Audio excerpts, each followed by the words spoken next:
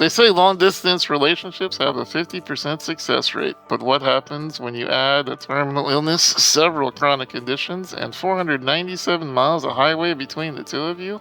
Most people would say it's impossible. We're here to show you why they're wrong. Hi, I'm Steve, and I live with a terminal illness called SMA in Pittsburgh, and this is my partner Vicki, who's dealing with a cocktail of chronic illnesses in Chicago. Hi, yes, I am Vicki, and I am dealing with a cocktail of chronic illnesses in Chicago. I have lupus, hypermobile EDS, degenerative disc disease and osteoarthritis of the spine, migraines, and anxiety and panic attacks. While I work full-time in public service, by the end of the workday, I'm pretty much exhausted and my batteries are on empty. So I really don't have the energy for anything. And here I am in Pittsburgh, glued to this wheelchair with a 24/7 care team of nurses. One of the things that we really connected on was our shared experiences of disability and illness. Plenty of couples do long-distance dating, but what do you do when you add in a whole bunch of barriers that you have to jump over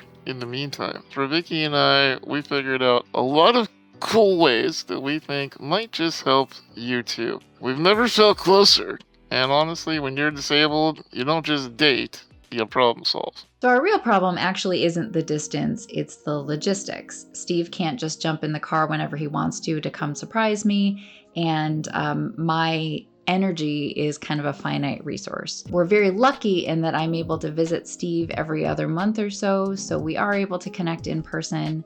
But what do we do the rest of the time? How do we maintain intimacy when we are 3 states away and our bodies are uncooperative most of the time? Absolutely. The great part about being disabled is that we're very creative and resourceful people. While we may not go to a local eatery together, we found ways to make it work in a long-distance scenario. And I think one of the strengths of having a long-distance relationship is that you do have that time to speak to each other and be on that higher intimacy level. I know I've got friends that all the time say to me, "How do you know so many of her likes and dislikes?" And I think that's the advantage of a long-distance relationship. It does allow your partner to get to know you on a level that you might not otherwise ever reach. We have had to be very creative in the ways that we do connect. And again, while we can't go to the same restaurant at the same time, we can do synchronized DoorDash orders and hope that they, arrive at the same time. And that's kind of fun because then we can each get what we want on our own pizzas and not have to fight over toppings or anything like that. Steve has some weird tastes when it comes to pizza. So I'm able to kind of get what I want. He can get what he wants. And we both can have a really enjoyable experience. Parmesan sauce is so much better than marinara sauce. Sorry. It is. It's different. It's different, but don't be alienating the righteous pizza lovers of the video, okay? I'm from Chicago. We have very particular tastes in our pizza. The fun of that is we will also be on camera. So we will eat our pizza while on camera. So it is like we are sitting across from each other at a table at a restaurant, even though we can't actually be in the same place at the same time. And it's the perfect date night because then after that, you can be in your pajamas the whole time. And then after that, we could do something like a digital carnival, which is where you actually get to go to a website where you can play real life claw machines and win actual prizes that they send to you. So then, it was probably like 2 months later, but I received a giant package full of claw machine prizes that I had won, these just huge stuffed animals and pillows and things like that we had won when we did our digital claw machine night. So that's really fun. It's a really unique date night idea. And again, you can do it all from at home in your PJs. Having the ability to really do something a little out of the ordinary is the strength that you get from being in a long-distance relationship. It was really fun. When I wasn't getting suckered by really, really easy-looking claws, it was fun. One of my favorites actually is our music nights. We actually developed this a long time ago. There's a feature in both YouTube playlists and Spotify playlists where you can add songs with someone else, and so you give them the link and it allows you to both add songs. And so what we do is we literally just queue up songs back and forth to each other. Sometimes it's flirty, sometimes she'll say GIF instead of GIF, and other times it's about making up and for her wrongness in that it is GIF, by the way, not GIF. An argument could be made for both. Just saying.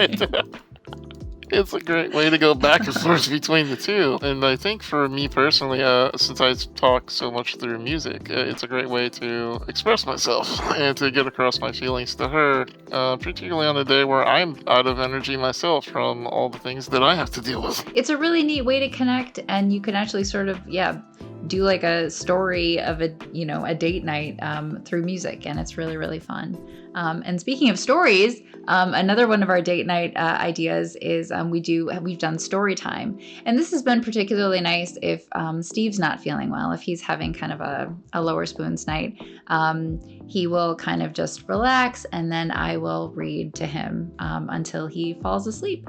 And even once he starts snoring, I'll just keep reading because I know it just relaxes him. That's kind of a nice way to connect, again, from bed in your PJs while just relaxing at home. We're privileged in that we have the ability to stay on the phone, on Discord, whatever it is that you want to use. She'll curl up with her pillow and hug it like it's my arm, just like we do when we're in the same room, and she'll go to sleep. And I'll stay on the phone listening to her snore until... I don't snore. I don't snore. What do you call it? Breathing enthusiastically? Breathing enthusiastically is a better word, yes. Yeah, Okay. I think it's more appropriate. Yeah. Right, okay. She breathes Sleep enthusiastically. breathing. She sleep breathes for a good 40 minutes or so, and I'll just continue working on scripts for our videos or emails or work things while she's, nodding off. And then once she is nice and off to dreamland, then I'll make sure that she's passed out by sending her some cute little gifts and then going off to sleep myself. We get to make up a world where we can go meet at a cabin in the woods, just me and her. I think the being on the phone with Steve as I go to sleep has become so critical to me being able to fall asleep at night, because it really does feel like he's tucking me in. It feels like he's there with me, and that even though I live by myself, I'm never going to sleep alone.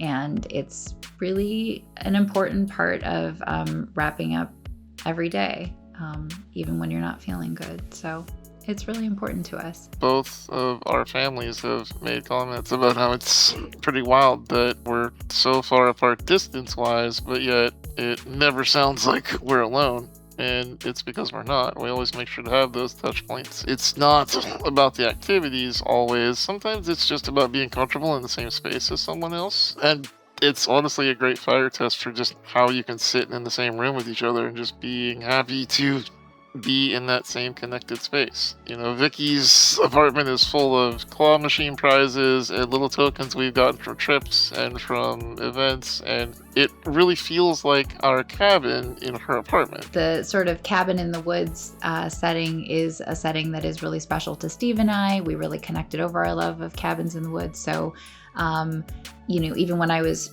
like decorating my own space, I really wanted to incorporate that into a lot of my decor. You can see I have a snowy cabin in the woods literally over my bed. So a lot of my decor is related to making me feel like I'm in our cabin in the woods. And so it's been really important to me and to making me feel like connected to Steve and making me feel like he's part of my space. And similarly, Steve's home is full of reminders of our relationship and of me, even though I can't be there most of the time. It's really neat because we've built a world that's only ours that exists in the space between our zip codes. Disability and distance are complications, yes, but they aren't insurmountable barriers. We've come up with some very cool ways to get around some of the most tricky parts of the distance and the parts of our bodies not wanting to be cooperative at all times. We've built something that is fulfilling to us. It's just the same as a local couple, someone who can be able to run over to the other person's house in 5 minutes. We figured out ways to make ourselves feel connected at all times. Yeah, and we know that we're not going to be 500 miles apart forever, but for now, we're making every mile count. And if you're in a similar boat or you're just feeling lonely, remember creativity is a great way to see through. There's going to be a lot of challenges to dating someone long distance, particularly if you're disabled, but with a little bit of ingenuity, you can make it happen. If you're interested in more ideas on how to date long distance, how to deal with disability while dating, because all of this stuff applies whether you're in person or not, follow our channel, check out these videos to help you live your life just a little bit fuller.